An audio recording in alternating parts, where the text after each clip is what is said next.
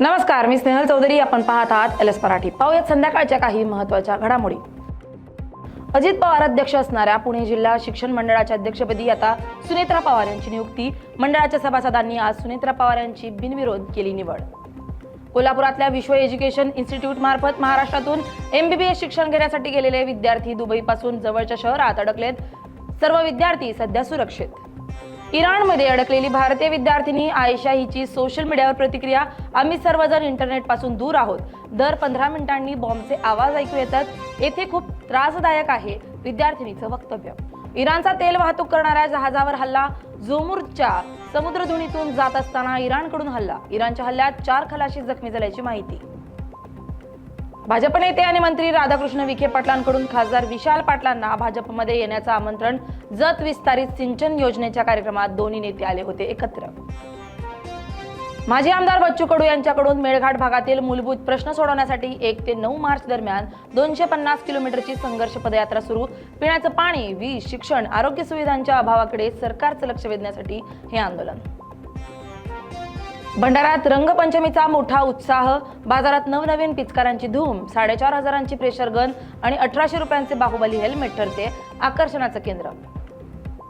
मीरा भाईंदर शहरातील विवादित उड्डाणपुलाचं काँग्रेस पदाधिकाऱ्यांकडून विश्वगुरू उड्डाणपूल नामकरण. या नामकरणामुळे शहरात पुन्हा एकदा काँग्रेस भाजपामध्ये राजकीय खडाजंगी सुरू.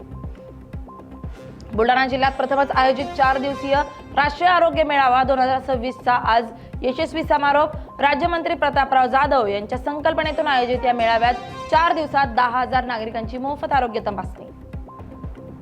पंतप्रधान नरेंद्र मोदींकडून तमिळनाडूच्या मदुराईमध्ये 4,400 कोटी रुपयांचा विविध विकास प्रकल्पांचं उद्घाटन आणि पायाभरणी.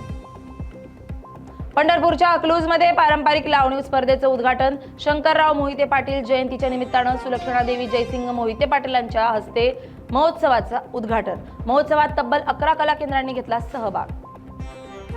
वाशिमच्या सावरगाव कानोबा येथे श्री कानिफनाथ महाराज यांचा 153वा यात्रा महोत्सव मोठ्या उत्साहात साजरा.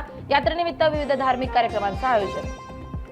कल्याण पश्चिम येथील बिस्मिल्ला मशीद परिसरात सांडपाणी साचल्यानं संपूर्ण परिसरात दुर्गंधी पसरल्यानं नागरिकांचं आरोग्य धोक्यात.